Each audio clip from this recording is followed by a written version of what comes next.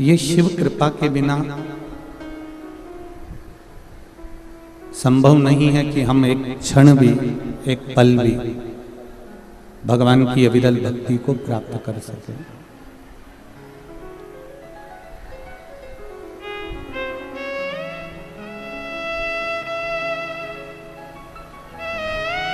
केवल एक भक्ति का बल, कल भी कथा में कहा था, आज फिर कहते हैं कि जरूरी नहीं है कि आप घंटों तक या 2-4 घंटे तक या 8 घंटे तक 5 घंटे तक आप भगवान की भक्ति में बैठें या माला लेकर बैठें या आप तप करने बैठें।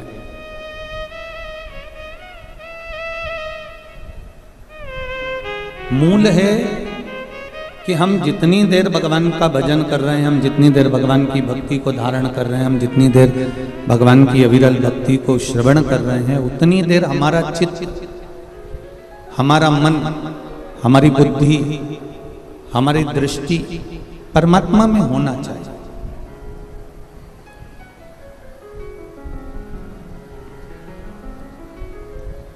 और जब तक ये चित्त, जब तक ये मन, जब तक ये बुद्धि, जब तक ये मन परमात्मा में नहीं जाएगा, तब तक जीवन का कोई तत्व हमें प्राप्त नहीं हो पाएगा।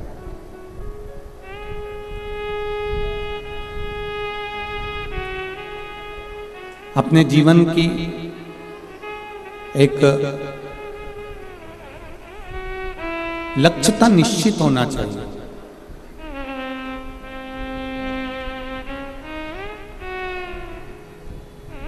आज के जमाने में संपूर्ण पृथ्वी पर बहुत भेदभाव का जीवन लोग जीने का प्रयास कर रहे हैं और एक दूसरे को नीचा दिखाने का प्रयास कर रहे हैं। पर शिव महापुराण की कथा कहती है कि ब्राह्मण हो, क्षत्रिय हो, वैश्य हो, शूद्र हो, चाहे आप ब्राह्मण हो, चाहे आप वैश्य हो, चाहे आप क्षत्रिय हो, चाहे आप शूद्र हो, जिस भी वर्ण के हो, शिव महापुराण कहती है कि जब भगवान ने जन्म दिया तब उस समय पर यह नहीं बताया कि तू ब्राह्मण के घर में होगा, कि तू वैश्य के घर में होगा, कि तू क्षत्रिय के घर में होगा, कि तू शूद्र के घर में होगा। परमात्मा ने जब मृत्यु लोक में भेजा तब केवल एक मनुष्य को जन्म दिया और मानव को जन्म देकर कहा कि तू जैसा कर्म करते जाएगा उसके अनुसार तू उस गणना में गिनता चले जाएगा, तेरे कर्म के अनुसार तू गिनता।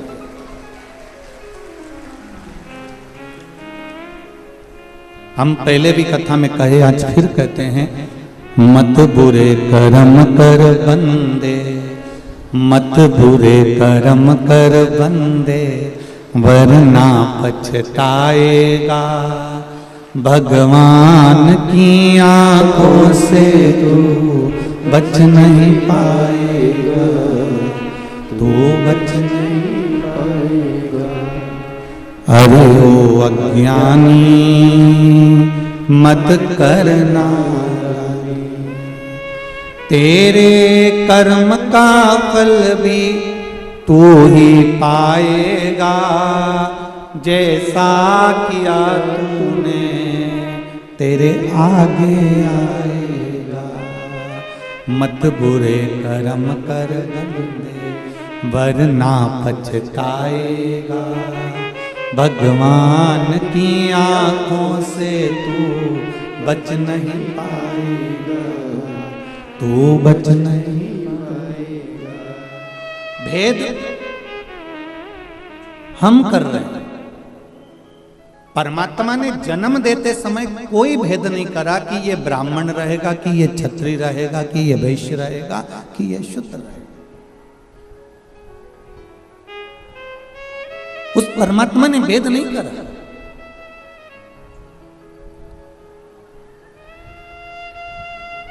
एक बात अपने जीवन में उतार कर रखिएगा जरा बहुत अच्छे से।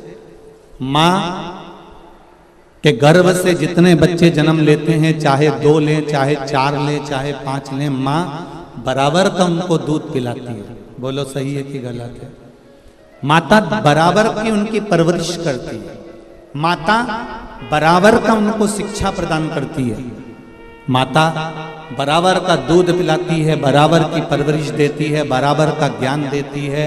पर कोई बेटा डॉक्टर बन जाता है, कोई कलेक्टर बन जाता है, कोई बहुत ऊंचे पद पर पहुंच जाता है, और कोई कोई बेटा एक छोटी सी दुकान खोलकर अपना यापन करता रहता है। माँ ने बराबर का दूध पिलाया, माँ ने बराबर की परवरिश करी, माँ ने बराबर की शिक्षा दी, माँ ने बराबर का पढ़ाया, माता ने बराबर के कपड़े पहनाए, बराबर का आभूषण दिया, माता ने सब कुछ बराबर का दिया। पर माता ने अपने बच्चों में भेद नहीं करा। ये आपका ज्ञान है कि आप डॉक्टर बन रहे हैं, कलेक्टर बन रहे हैं, मिनिस्टर बन रहे हैं, कमिश्नर बन रहे हैं, कि आप एक साधारण सी दुकान खोलकर बैठे हुए हैं, ये आपके विवेक पर आधारित है। उसी तरह मेरे भोलेनाथ ने जन्म देते समय, मृत्यु लोक में भेजते समय, माता के गर्भ से जब हमारा जन्म हुआ, उस समय पर भगवान ने कोई भेद नहीं करा कि ये ब्राह्मण रहेगा, कि ये क्षत्रिय रहेगा, कि ये वैश्य रहेगा, कि ये शूद्र रहेगा। भगवान ने तो केवल अपनी औलाद को, अपनी संतान को पृथ्वी पर भेजा, और भेजने का दो कारण था, एक भगवान का भजन करना और दूसरा अपने कर्म को भोगना। जैसा पूर्व कर्म कर आए हो उसके अनुसार, अगर तुमने पूर्व में भगवत स्मरण करा है, भरण पोषण करा है, गौ माता को एक रोटी दी है, कहीं ना कहीं गाय को एक रोटी प्रदान करी है, कहीं जलचर को, मछली जीव जंतु को थोड़ा सा दाना दे दिया, कहीं पशु पक्षी को थोड़ा सा दाना दे दिया, आपने जो पूर्व में सत्कर्म करा है, उस सत्कर्म का फल आज ये मिलता है कि हमको भी सामने के सामने परसी हुई थाली देने के लिए 4 नौकर खड़े रहते हैं, हमारे सामने भी कोई ना कोई भोजन ला कर दे देता है। तुमने जो पूर्व में करा उसका फल आज आपको भोग, जो हमने पूर्व में करा उसका फल आज हमको भोगने को मिल रहा है।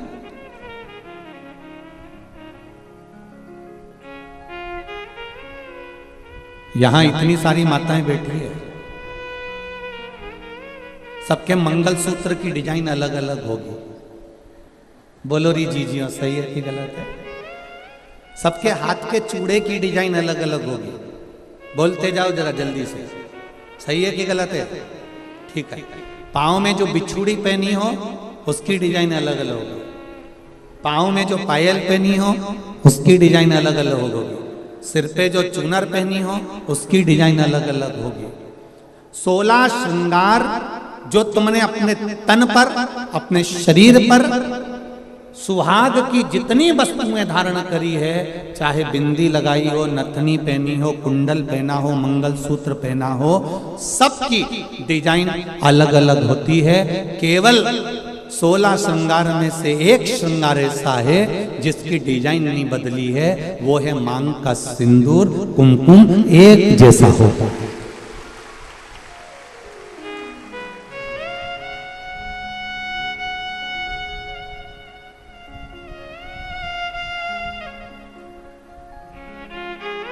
बोलो सही है कि गलत है?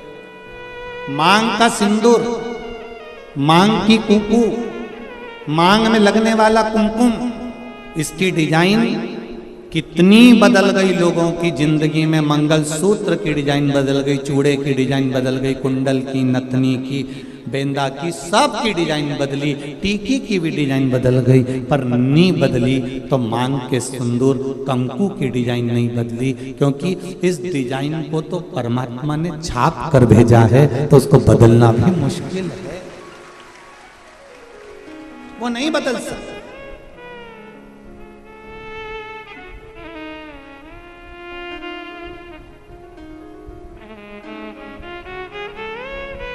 मंगलसूत्र के दाने एक बार निकल जाएंगे ना, चलेगा। नाक की नथनी एक बार निकल जाएगी ना, चलेगी।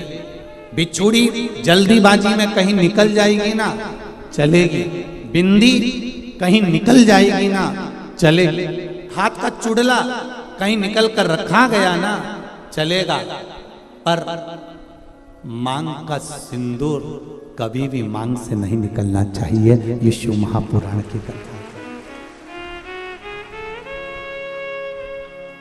अब 16 श्रृंगार में से एक श्रृंगार ऐसा है मांग का सिंदूर, जिसमें कोई भेद नहीं है।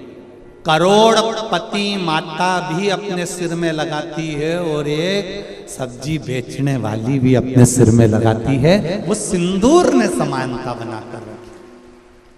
एक ब्राह्मण की घर की माता भी सिर पर लगा रही है तो एक वैश्य के घर की माता भी सिर पर लगा रही है। एक क्षत्रिय के घर की माता भी सिर पर लगा रही है तो एक शूद्र के घर की माता भी अपने सिर पर लगा रही है। सारा श्रृंगार पैसे के बल पर ऊंचा नीचा हो सकता है, मंगलसूत्र पैसे के बल पर ऊंचा नीचा हो सकता है, हाथ के चूड़े पैसे के बल पर ऊंचे नीचे हो सकते हैं, पांव की पायल पैसे के बल पर ऊंचा नीचा हो सकता है। केवल मांग का सिंदूर, कुमकुम, ये पैसे के बल पर ऊंचा नीचा नहीं होता। ये गरीब और अमीर सबकी समता बता देता है कि यहाँ सब बराबर हैं। मांग के सिंदूर के आगे, कुमकुम के आगे सब बराबर है।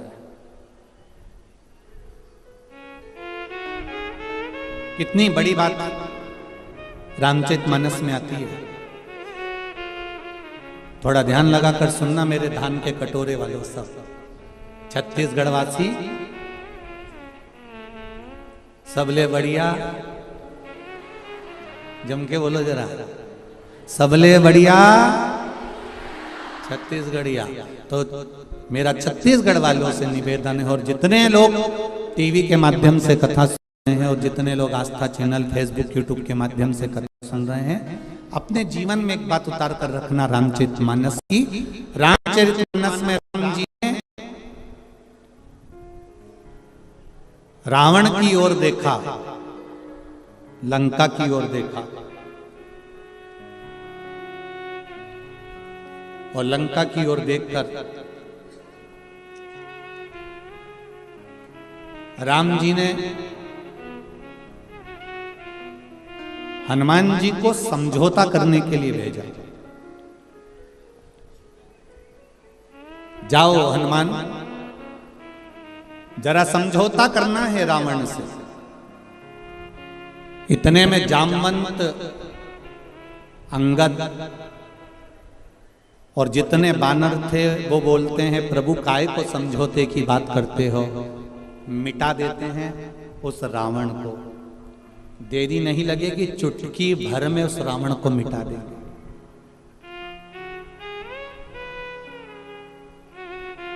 चुटकी भर में रावण को मिटा देंगे। राम जी ने कहा, रावण को मिटाना सरल है, पर मंदोदरी के मांग के सिंदूर को मिटाना कठिन है। जरा ध्यान दीजिए,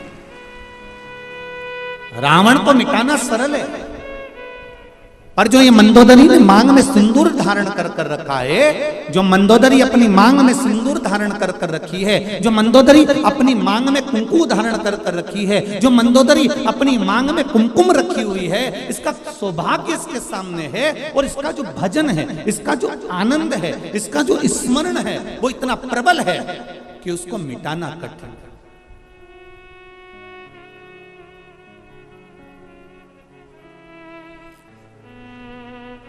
एक बात कहना चाहूंगा बहुत अच्छे से। आदरणीय गृह मंत्री जी हमारे यहाँ कथा में श्री ताम्रध्वज साहू जी यहाँ बैठे हुए हैं। आप तो आज आए हैं, पर आपके घर से जो बाईसा हैं, आपकी जो धर्मपत्नी है, हमारे लिए तो माता के तुल्य हैं। हमने देखा कल भी, परसों भी, 2 दिन से हम लगातार देख रहे हैं। कहीं के दूसरे मंत्री की अगर पत्नी होती ना तो 3 घंटा कथा में नहीं बैठती, पर हमने ये चीज देखी है कि वो 5 दिन की कथा में 2-3 दिन लगातार कथा का रस तत्व ग्रहण कर रहे हैं। हम कहना चाहेंगे, संपूर्ण विश्व के सनातनियों को एक बात बताना चाहेंगे कि पति जब घर से बाहर निकलता है, पति जब अपना घर छोड़कर किसी मार्ग की ओर आगे बढ़ता है, तो उसके साथ में धर्म पत्नी भले साथ नहीं रहती हो, पर मांग में जो सिंदूर रहता है ना, उसकी चमक पति के साथ हर पल रहती है, ये निश्चित।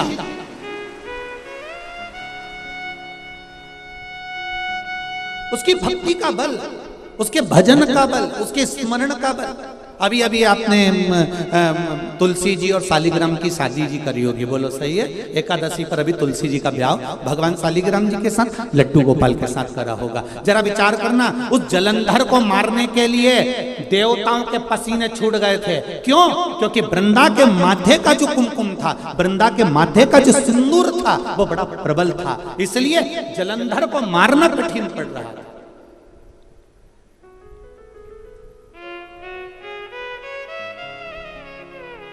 फिर करा क्या गया कि इसके सात्वित्व को डिगाया जाए,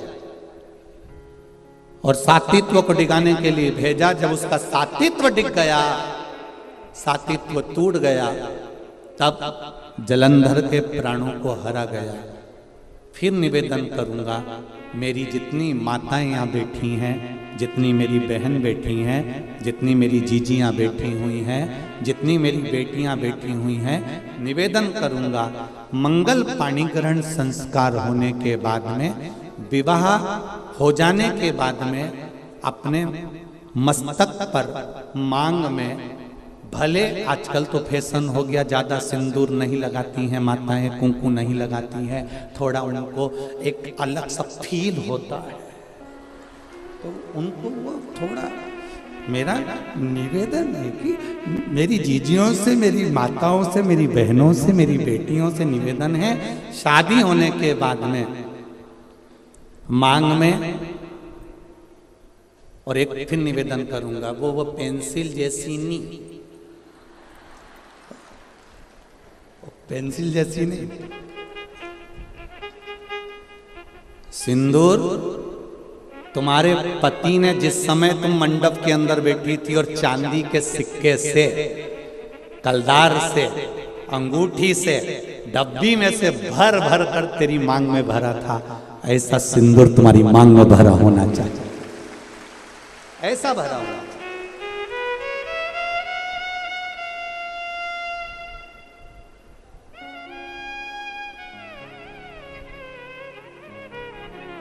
आपके माथे के सिंदूर, आपके मस्तक की कुंकू पर जो कुंकू आपने लगाया है, जो मस्तक पर सिंदूर लगाया है, वो बड़ा, हम सिंदूर और कुंकू का इसलिए बोल रहे हैं, टीकी का इसलिए नहीं बोल रहे हैं, क्योंकि टीकी तो आज के जमाने में तुम ढूंढते रह जाओगे। एक छोटी सी पंखड़ी को भी काटते काटते, जैसे माथा की जूनी रहे, वो निकालो, फिर देखो, बस ऐसी इतनी छोटी सी टीकी माताएं लगाती है, इतनी छोटी सी बिंदी लगाती है कि पूरा माथा पे ढूंढते रह जाओगे कि है कि नहीं है, पहचान करना भारी पड़ जाता है।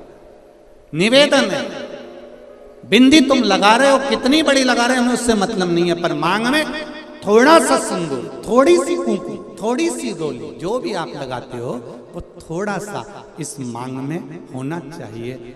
अब कई लोग बोल रहे थे कि गुरुजी आप इतना लंबा तिलक लगा के आ जाते हो, कंकु यहाँ तक पोत किया जाते हो, तो हमने कहा तुम नहीं लगा रहे तो तुम्हारे बत्तल का हम ही लगा ले, उसमें क्या टेंशन ले, उसमें क्या जरूरत।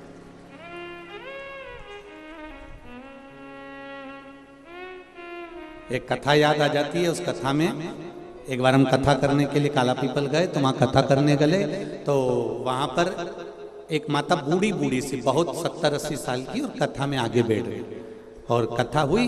वो माता का नियम था, डंडा टेक के आती थी और 2 चोटी करके आती थी, एक में लाल रिबिन, एक में पीला रिबिन, 2 रिबिन पहले माता रिबिन बांधती थी, आप लोगों को ध्यान में होगा, ऐसा लाल, ऐसा गुत्ता गुत्ता गुत्ती गुत्ती यहाँ तक आती थी, और फिर जो स्कूल जाने वाली छोरियाँ होती थी, बेटियाँ, वो यहाँ से लेकर फिर यहाँ चिट्टा बांध लेती थी।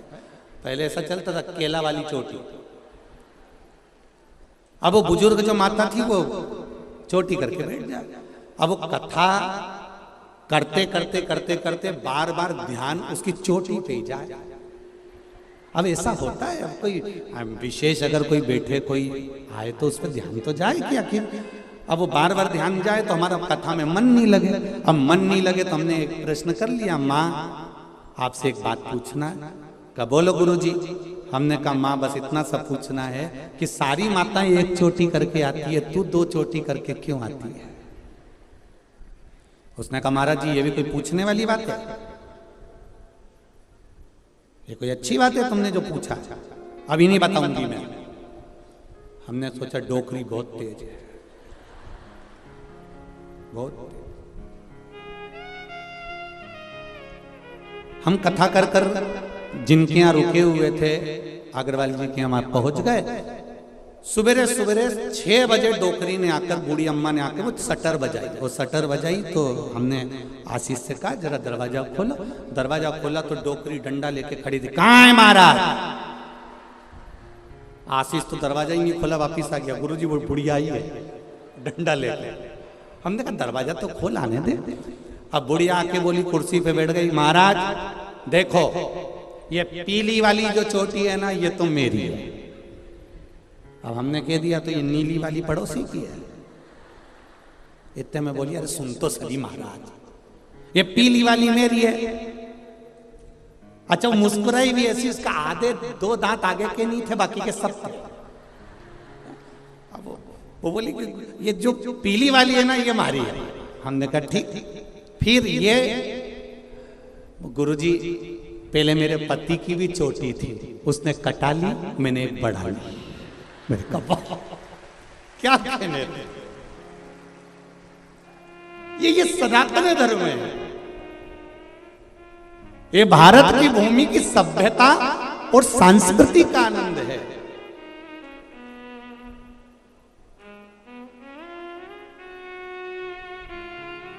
ये सुख ही दूसरा है।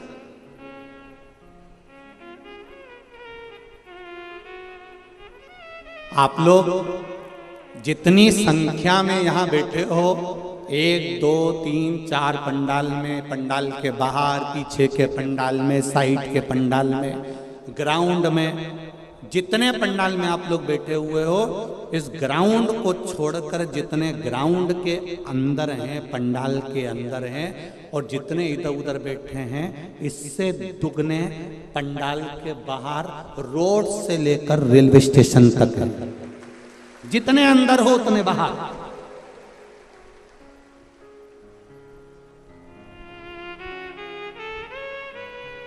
और केवल अविरल भक्ति,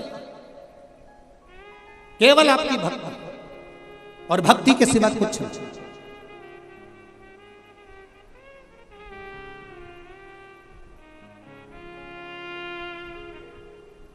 एक भाव आपके भीतर जो समाहित हुआ है, एक भाव, और बहुत जरूरी है।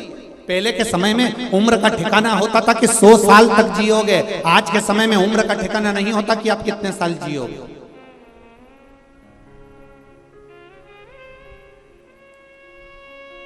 आय बढ़ाने का साधन प्रत्येक मनुष्य ढूंढ रहा है।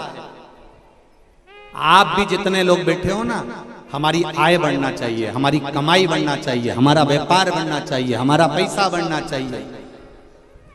आय बढ़ने का साधन प्रत्येक मनुष्य ढूंढता है, पर मनुष्य ये नहीं ढूंढ पाता कि आय के साथ में मेरी उम्र कैसे बढ़े।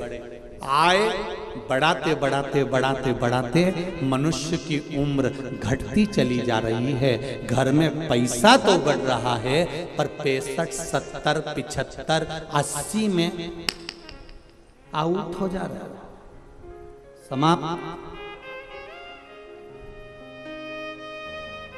दुनिया के लोग आपको आय बढ़ाने का साधन बताएंगे, विदेश के लोग आपको आय बढ़ाने का साधन बताएंगे, सारे संसार के लोग आपको आय बढ़ाने का साधन बताएंगे कि पैसा कैसे कमाना चाहिए, पैसे कैसे प्राप्त करना चाहिए, धन कैसे प्राप्त करना चाहिए। संपूर्ण विश्व के लोग आपको आय बढ़ाने का साधन बताएंगे, पर शिव महापुराण की पोथी, शंकर भगवान की यह कथा, शिव महापुराण आय बढ़ाने के साथ साथ आपको बताती है कि आपकी उम्र कैसे बढ़े। और वो उम्र बढ़ाने के लिए केवल आपको 3 जगह पर जाना है।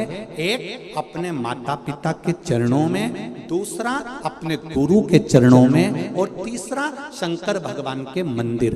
क्यों? जब हम माता पिता के चरणों में जाते हैं तो माता पिता आशीर्वाद देते हैं, आयुष्मान भव, चिरंजीवी भव। गुरु के चरणों में जाते हैं तो गुरु आशीर्वाद देते हैं, आयुष्मान भव, चिरंजीवी भव, स्वस्थ रहो, मस्त रहो, आनंद में रहो। और शंकर जी की शरण में जाते हैं तो उसका नाम महामृत्युंजय है। वो एक लोटा जल जब हम चढ़ाते हैं तो वो भी हमको आशीर्वाद देता है, आप आरोग्य रहो, रोग से मुक्त रहो और निर्मल रहो। सारी दुनिया आपको आय बढ़ाने का साधन बताएगी, सारी दुनिया आपको आय बढ़ाने का साधन निश्चित करेगी, सारी दुनिया आपको पैसे कमाने का साधन बताएगी। पर शिव महापुराण की कथा करती है 3 जगह पर जरूर जाओ, एक अपने माता पिता के पास, एक अपने गुरु के पास, और एक शंकर जी के मंदिर में एक लोटा जल लेकर। यहाँ 3 जगह जाने से जब माता पिता का आशीर्वाद मिलता है, गुरु का आशीर्वाद मिलता है, शंकर भगवान का आशीर्वाद मिलता है, तो हमारी आय भी बढ़ती है और उम्र भी बढ़ती है, हमारा जीने का तरीका भी बढ़ता है। अब घर में फ्रिज के अंदर मिठाई ढेर सारी रखी है, फल ढेर सारे रखे हुए हैं, और मालूम पड़े तुमने कमाया तो खूब, आय भी खूब बढ़ाई, पर खाई नहीं पाओ तो मतलब क्या? एक सेव फल का टुकड़ा, एप्पल का इतना बड़ा टुकड़ा काट कर, छील कर मुंह में 2 घंटे से रखा है, कथा में आके बैठ गई, तब तक भी चल रहा है, क्योंकि दांत सोफा सेट है ही नहीं। अब वो सोफा सेट ही नहीं है तो मुंडा में वो एक टुकड़ा 2 घंटे तक कभी इधर आ जाता है।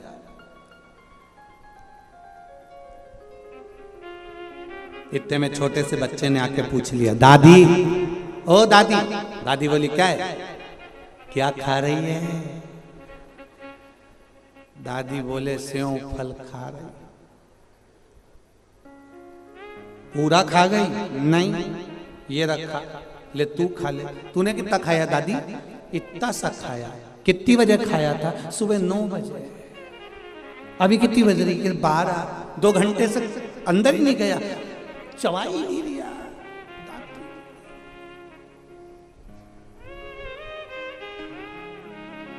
ध्यान।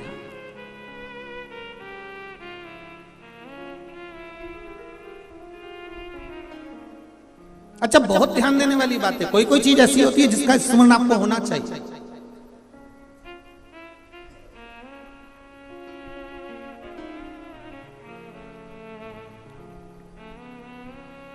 चश्मा पढ़ते समय याद आता है। बोलो री जी जी, सही है गलत है? चश्मा अगर पंडाल में भूल गए, घर पर भूल गए, पढ़ते समय चश्मा याद आता है। बत्ती सी जम के बोलो जरा। खाते समय याद आती है, मैंने फ्रिज में रखी थी, हमारा दांत ना जाने कहाँ चले गया। बहू को आवाज लगाई, देख तुम्हारी बत्तीस ही कहाँ रखी है? मम्मी तुमने कटोरी में रखी थी फ्रिज में, उसमें तो है ही नहीं। मालूम पड़े कथा में आई थी, बैग में दरी की दरी रखी, बैग कोई चुरा के लगा। बत्तीस। चश्मा पढ़ते समय याद आता है, बत्तीसी खाते समय याद आती है, और शिव नाम मरते समय याद आता है कि शिव में है।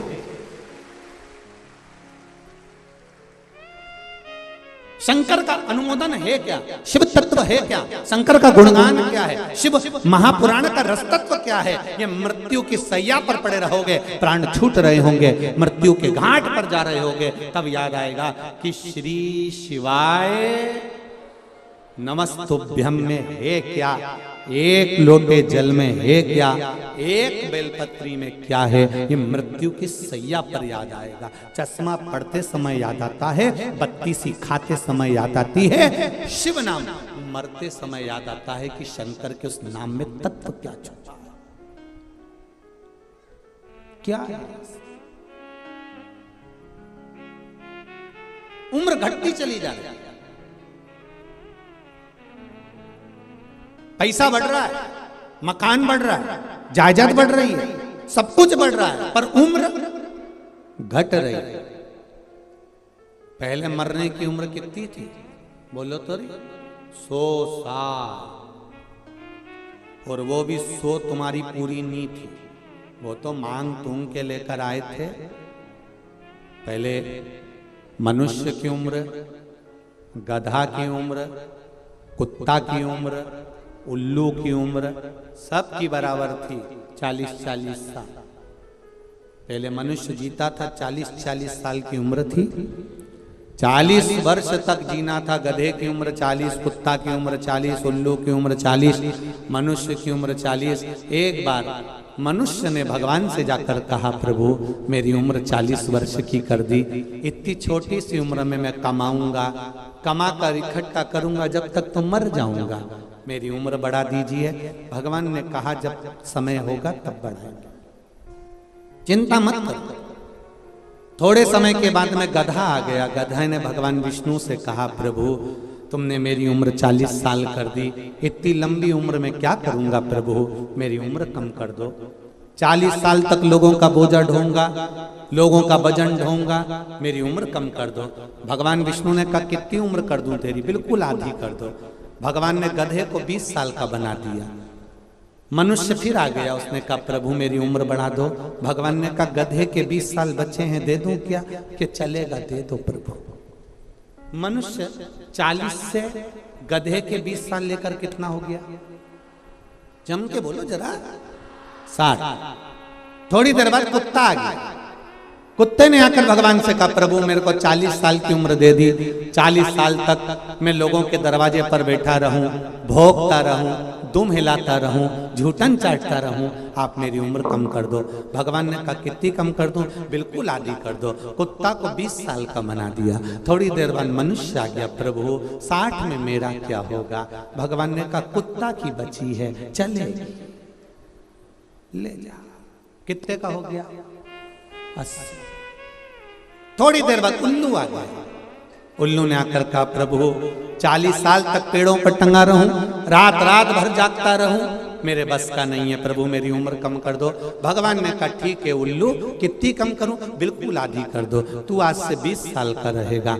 मनुष्य का मन नहीं भराया, फिर आ गया, प्रभु 80 में मेरा क्या होगा, कुछ कृपा कर दो। भगवान ने कहा, उल्लू की बच्ची है, चलेगी प्रभु चलेगी। भगवान ने कहा, ले जा उल्लू की। कितने साल का हो गया? जम के बोलो 100।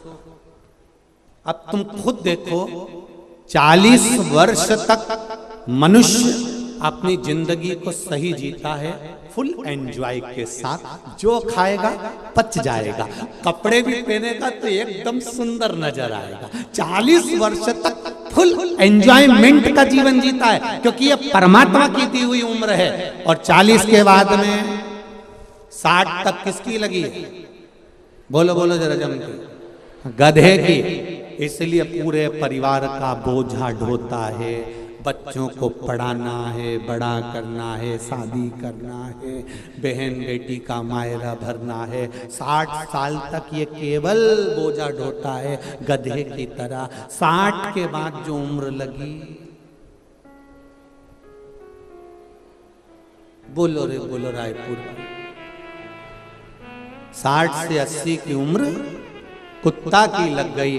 घर के बच्चों ने कुर्सी डाल के हॉल में बिठा दिया, दरवाजे के पास, वहीं पे चाय आ जाती है, वहीं पर खाना आ जाता है, वहीं हॉल में सब कुछ आ जाता है। तुम्हें कमरे में आने की जरूरत नहीं है। बुढ़े लोगों को बाहर बिठा दिया जाता है। 80 की उम्र आएगी तो बाहर बिठा देंगे। कोई भी आया सबसे पहले वहीं से चिल्लाएंगे, वो आवाज लगाएंगे, बहू, वहीं से लगा। किसकी लगी है? अरे बोलो जम के जरा, कुत्ता की। अब 80 के बाद उल्लू की। डॉक्टर साहब को भी दिखाओगे, डॉक्टर साहब मुझे रात को नींद नहीं आती है। डॉक्टर कितनी भी गोली दे दे और कितनी भी दवाई दे दे, तुम थोड़ा खाओगे, दवाई खाने के भी बाद, दवाई कितनी भी खा लो तो भी रात को 2, 2:30, 3 बजे तो तुम्हारी आंख खुली जाएगी और पलंग पे तो उल्लू की तरह निश्चित।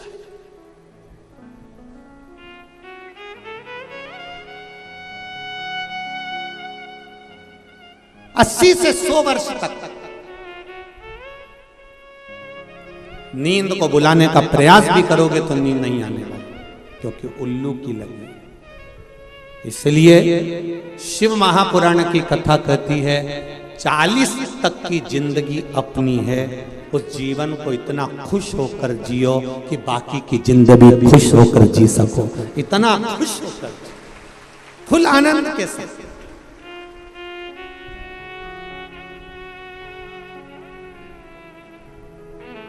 पर लोगों की आदत बुरी हो गई है, 40 साल तक की जिंदगी को लोग रो रो कर जीते हैं।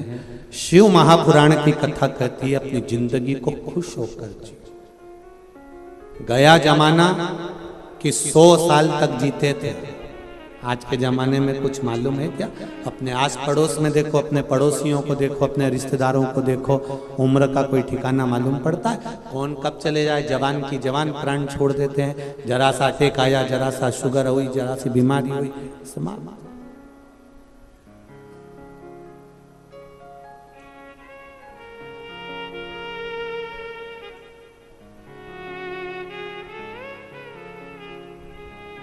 किसी ने पूछा, गुरुजी पहले तो लोग 100 साल तक जीते थे, भगवान ने ऐसा क्यों कर दिया कि अब 100 साल तक तो कोई जा ही नहीं पाता, उससे पहले ही मर जाते हैं?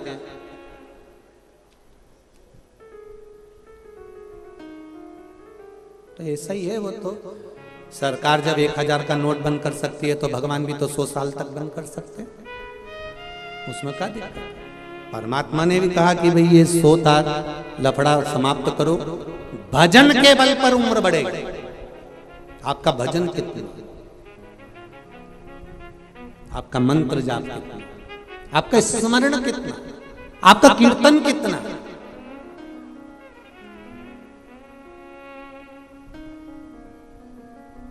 कहे ना राम नाम लीनो तूने भरी जवानी में, तू डूब के मर जा रे चुल्लू भर पानी में। अच्छा, एक टेंशन वाली बात तो है कि ये इतना बड़ा मनुष्य चुल्लू भर पानी में डूब के कैसे मरता होगा रे?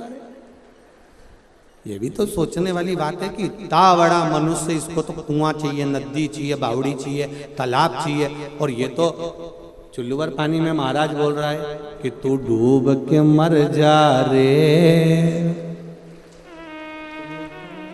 तो शिव महापुराण की कथा कहती है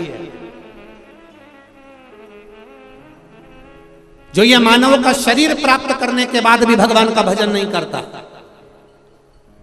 जो ये मानव का शरीर प्राप्त करने के बाद भी भगवत गुणगान नहीं करता, जो ये मानव का शरीर प्राप्त करने के बाद भी अपने माता पिता की सेवा नहीं करता, जो ये मानव का शरीर प्राप्त करने के बाद भी कभी शंकर भगवान की कथा को नहीं सुनता, ये मानव का शरीर प्राप्त करने के बाद भी जो परमार्थ का काम नहीं करता, किसी दीन दुखी, कोई गरीब आदि की सहायता नहीं करता, शिव महापुराण की कथा कहती है फिर वो मनुष्य नहीं रहता, वो एक कीड़े की तरह रहता है, और कीड़ा चुल्लू भर पानी में डूब के मर सकता है। इसलिए कहा कि तू डूब के मर जा रे चुल्लू।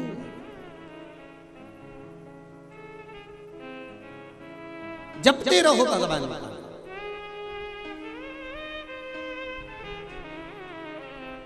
भगवान की अविरल भक्ति जपते रहो, करते रहो। आप पुकारते रहो उस परमात्मा को, वो सुनेगा, ये निश्चित है। ऐसा नहीं कि नहीं सुनेगा, एक बार नहीं सुनेगा, दूसरी बार सुनेगा। प्रैक्टिकल करके देखो,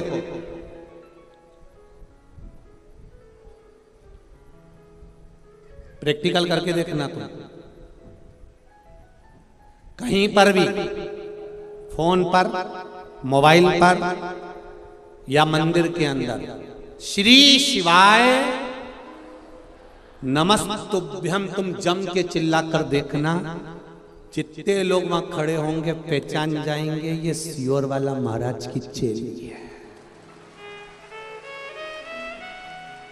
प्रैक्टिकल करके देखना तुम बस केवल इतना बोल देना श्री शिवाय नमस्तुभ्यम, उतने में पहचान जाएंगे।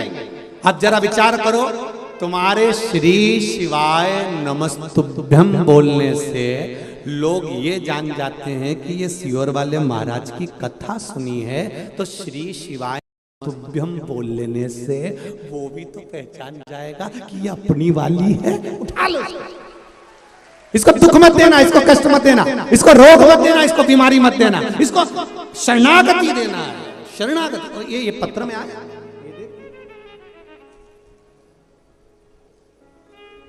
भगवान जाने क्या बना के भेजा।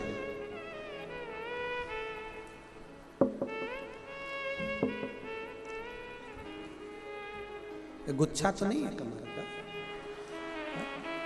अच्छा।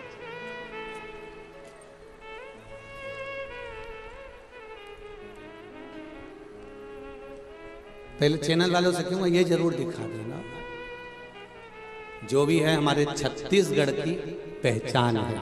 नमन करता हूं, हमारे छत्तीसगढ़ की पहचान है, इतना सुंदर बनाया है, बहुत बहुत साधुवाद, धन्यवाद। उस पे आपने पत्र लगाया है।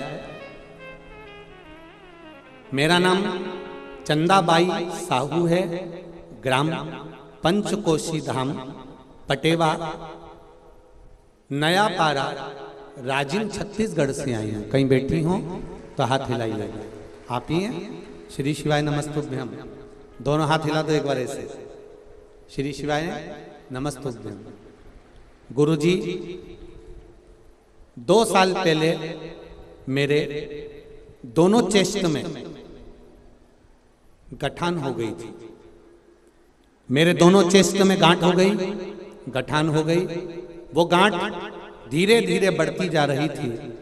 फिर हमने 2022 मई के महीने में रायपुर एम्स हॉस्पिटल में चेकअप करवाया।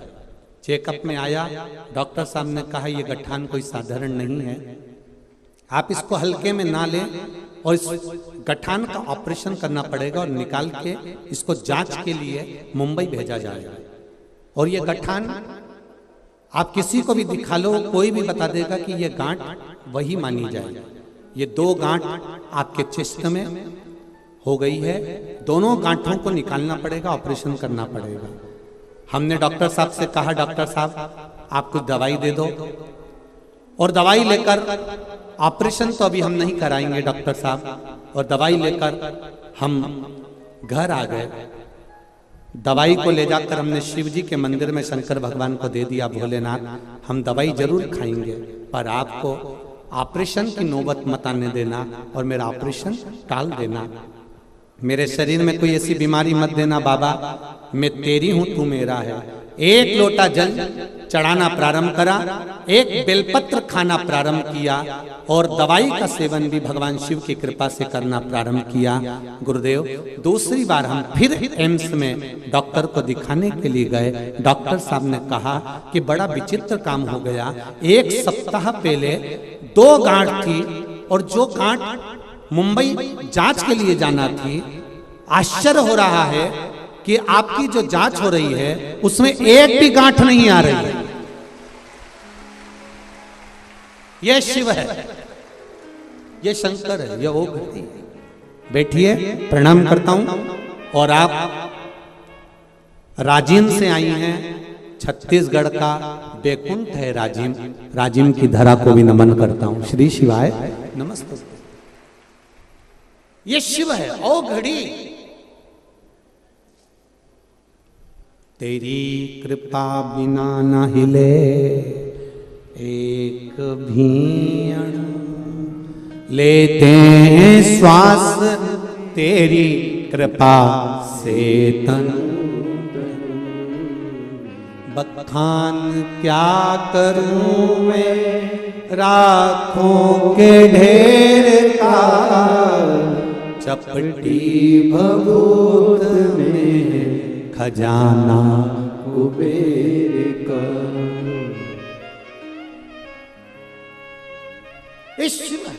ये ओखड़ी, ये दयालु, ये दातार, ये करुणा सागर है। इसकी भक्ति शक्ति भी देती। अब करो शिव की आराधना। दुनिया के लोग बहुत रोकना चाहेंगे आपको, हंसेंगे, ठिठोली उड़ाएंगे, अपशब्द कहेंगे, पर शंकर भगवान के भजन को करने में पीछे मत।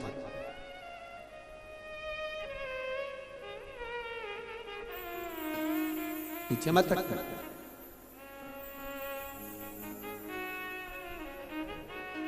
करो भजन।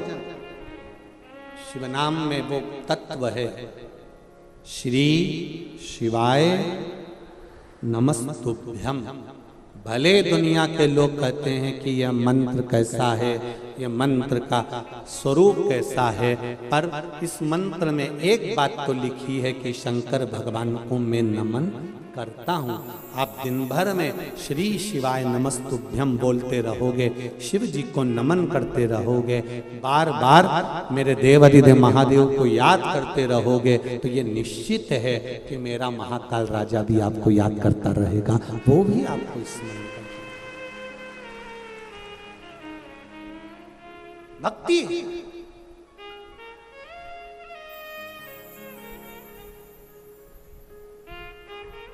कितना, अरे मैं छत्तीसगढ़ वासियों को और ये आए हुए श्रोता, जितने भी श्रोता यहाँ कथा में बैठे हैं, आपके पावन चरणों को नमन करता हूं। इतनी संख्या में इस ग्राउंड की जो कैपेसिटी है वो 7 लाख लोगों की है, पर इस कैपेसिटी को पार कर कर आप इधर से उधर तक पूरी रोड पर बैठे हो, और आपका साइलेंट रहना, चुप रहना, भगवान की भक्ति में डूबे रहना, आपका ये प्रेम शिव तत्व की ओर, अभी शिव तत्व की ओर अभी। और इसी के साथ में एक निवेदन, जितने लोग अब बाहर से आ रहे हैं कथा सुनने के लिए, और जितने लोग इस रायपुर की पावन धरा पर आना चाहते हैं अब कथा सुनने के लिए, तो उनसे एक निवेदन करना चाहूँगा। अब इस ग्राउंड में और रोड पर जगह नहीं है, कृपया निवेदन है, अब कभी अगली जब कथा हो तब आप लोग यहाँ पधारिएगा। अब 2 दिन के लिए आप लोगों से निवेदन करना चाहते थोड़ा सा, क्योंकि भीड़ बढ़ती चली जा रही है, और रेलवे स्टेशन पर अपार भीड़ है, बस स्टैंड पर अपार भीड़ है, गाड़ियां अपार पर अपार आ रही है। इसलिए निवेदन है कि अब प्रयास करना, या तो जो 16 तारीख से 22 तारीख तक Kanpur, Kalyanpur, new highway city GT road पर जो कथा 2 बजे से 5 बजे तक होने वाली है, या तो आप लोग, जितने लोग भी अब बाहर से आ रहे हैं उनसे निवेदन है अब अगली कथा में आप लोग पहुंचो, क्योंकि यहाँ संपूर्ण जो जगह है कई किलोमीटर तक फुल हो चुकी है, जिससे एक व्यवस्था, वैसे तो प्रशासन बहुत सुंदर व्यवस्था कर रहा है। मैं आदरणीय गृह मंत्री जी से कहूंगा, आपका छत्तीसगढ़ प्रशासन ने बहुत सुंदर व्यवस्था करी, उसके लिए बहुत बहुत साधुवाद है। बहुत सुंदर व्यवस्था, बहुत सुंदर व्यवस्था पुलिस प्रशासन भी कर रही है, मेडिकल, चिकित्सालय, यहाँ का जो नगर निगम, नगर पालिका जो भी है, वो बहुत सुंदर सुंदर व्यवस्था यहाँ के लोगों ने करी है। प्रशासन भी पूर्ण तरह से मुस्तैद रहकर पूरी व्यवस्था को संभाला हुआ है, और हर तरह से बहुत, और यहाँ का जो रायपुर का सनातनी भाई है, कहीं पर चाय बांट रहा है, कहीं भोजन बांट रहा है, कहीं पानी बांट रहा है, कहीं किसी को नाश्ता बांट रहा है, उनको भी मैं नमन करता हूँ कि आपके दानदाताओं ने जो सेवा दी है उसके लिए बहुत बहुत धन्यवाद। आपकी भक्ति, बसंत जी अग्रवाल इस कथा के यजमान है, माना उनका पूरा परिवार यजमान है, पर अकेले व्यक्ति के साथ में प्रशासन भी कदम से कदम मिलाकर आगे खड़ी हुई है। इसलिए एक बार पूरी पुलिस प्रशासन को, पुलिस संसार के जितने भी छत्तीसगढ़ के निवासी सबको साधुवाद है, बहुत बहुत। और इनका साथ पत्रकार, मीडिया, अपनी कलम के माध्यम से ये पत्रकार बंधु, ये मीडिया इतना साथ दे रहे हैं कि मैं निवेदन करना चाहूंगा आप सबसे कि इन पत्रकारों के लिए, सोशल मीडिया के लिए बहुत बहुत साधुवाद है साहब। बहुत सुंदर आपका भाव, आपका आनंद, सुख देने वाला।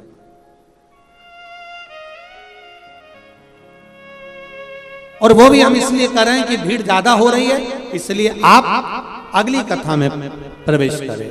अब इस कथा को आप लोग जितने लोग भी आने वाले हैं वो टीवी पर श्रवण करें, आस्था चैनल पर, फेसबुक, यूट्यूब पर सुन। शिव कथा कर रहे हैं, भगवान शंकर का गुणगान कर रहा है। माता पार्वती जी के साथ में शिव जी का मंगल विवाह हुआ। शिव दूल्हा बने, पार्वती दुल्हन बनी।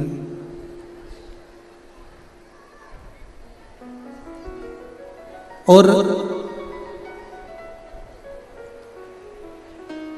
दोनों का मंगल विवाह होने के बाद में जब ग्रस्त जीवन की जो शुरुआत, एक बात थोड़ा सा अपने जीवन में उतारिए।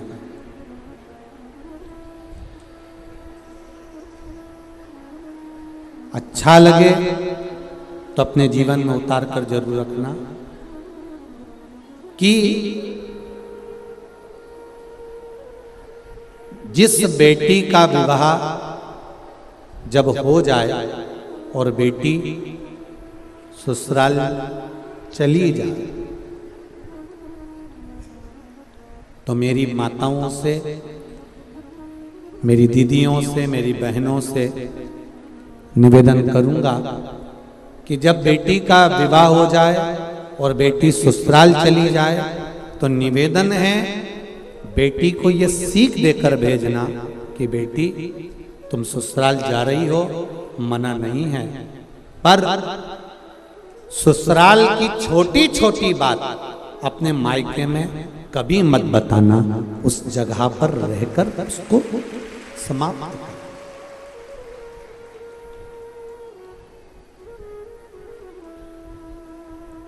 उस जगह पर रहकर उस ससुराल का जो कोई बात है तो उसको ससुराल में समाप्त करा जाए।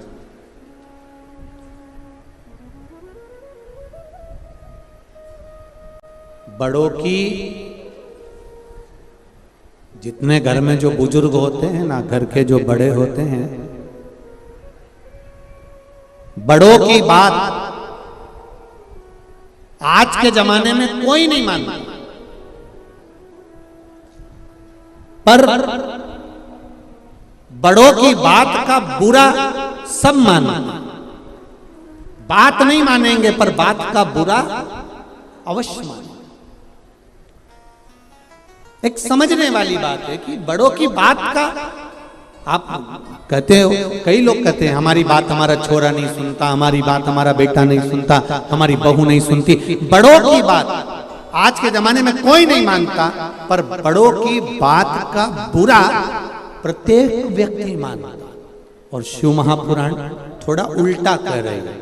शिव महापुराण की कथा कहती है कि बड़ों की बात का कभी बुरा मत मानो और उन्होंने जो बताया है उस पथ पर चलने का प्रयास करो, कभी भी गड्ढे में नहीं।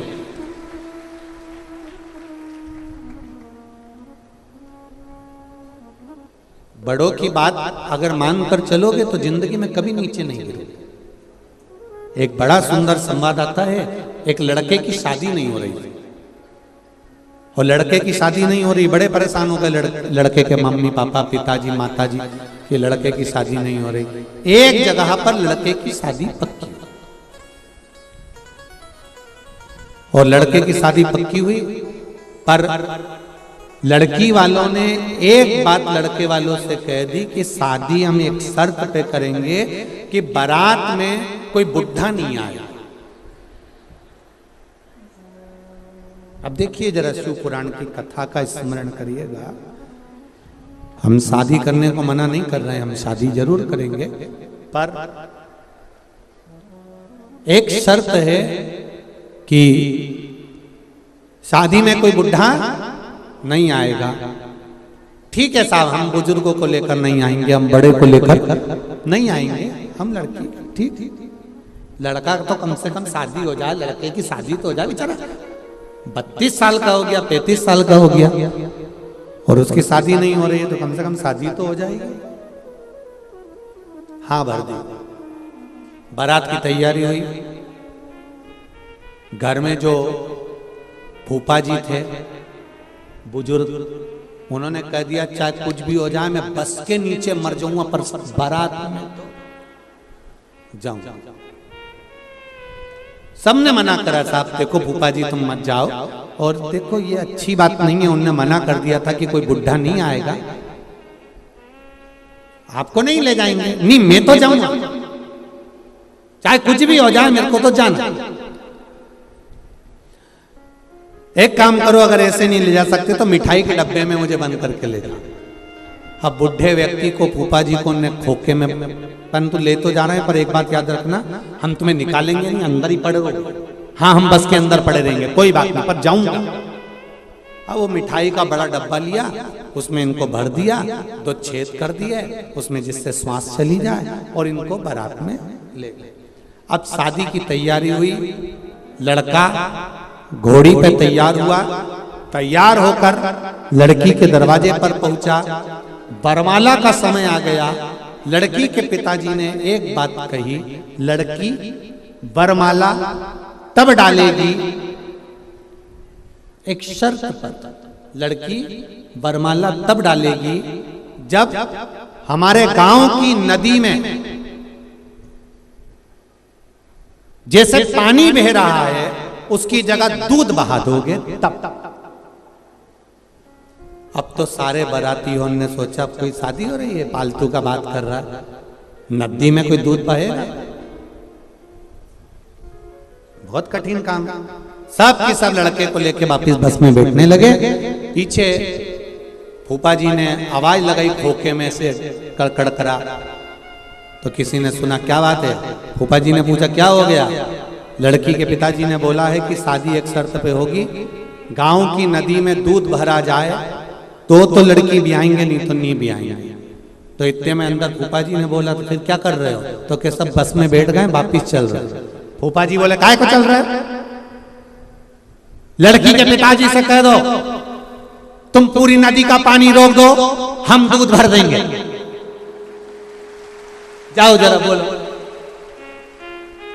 इतने में सारे बस के बैठे हुए सब नीचे उतर गए और उन्होंने लड़की के पिताजी से कहा कि साहब आप नदी का पानी रोक दीजिए, हम नदी में दूध भर देंगे। इतने में लड़की के पिताजी बोले बारात में जरूर कोई बुढ़ा आया है, बारात में जरूर कोई डोकरा आया, बूढ़ा व्यक्ति आया, ये निश्चित था। शिव पुराण कह रही है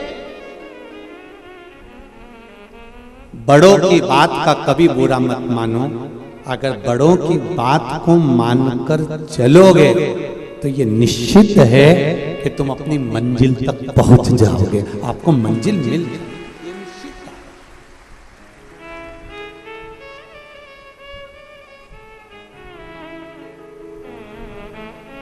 अब मानो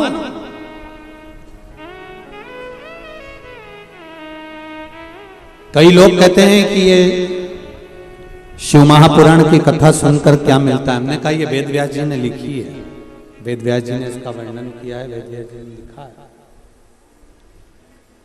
और यदि वेद व्यास जी ने इसका वर्णन किया है, लिखा है, तो ये निश्चितता है कि इससे कुछ ना कुछ तो मिल सकता है।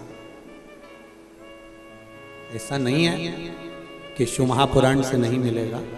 शंकर भगवान माता पार्वती जी के साथ में विराजमान हुए हैं कैलाश धाम पर, और जो परिवार का एक क्रम जो प्रारंभ हुआ है, परिवार का एक जो तत्व प्रारंभ हुआ,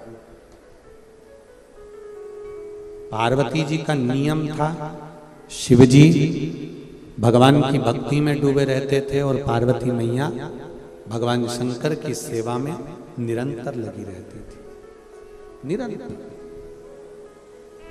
मेरा संपूर्ण माताओं से निवेदन, भाइयों से निवेदन है, जितने घर के बुजुर्ग हैं, बड़े हैं, उनसे भी निवेदन है, प्रयास करो, थोड़ा डीले कम करो अंदर वाले। आप प्रयास करिए अपने जीवन का।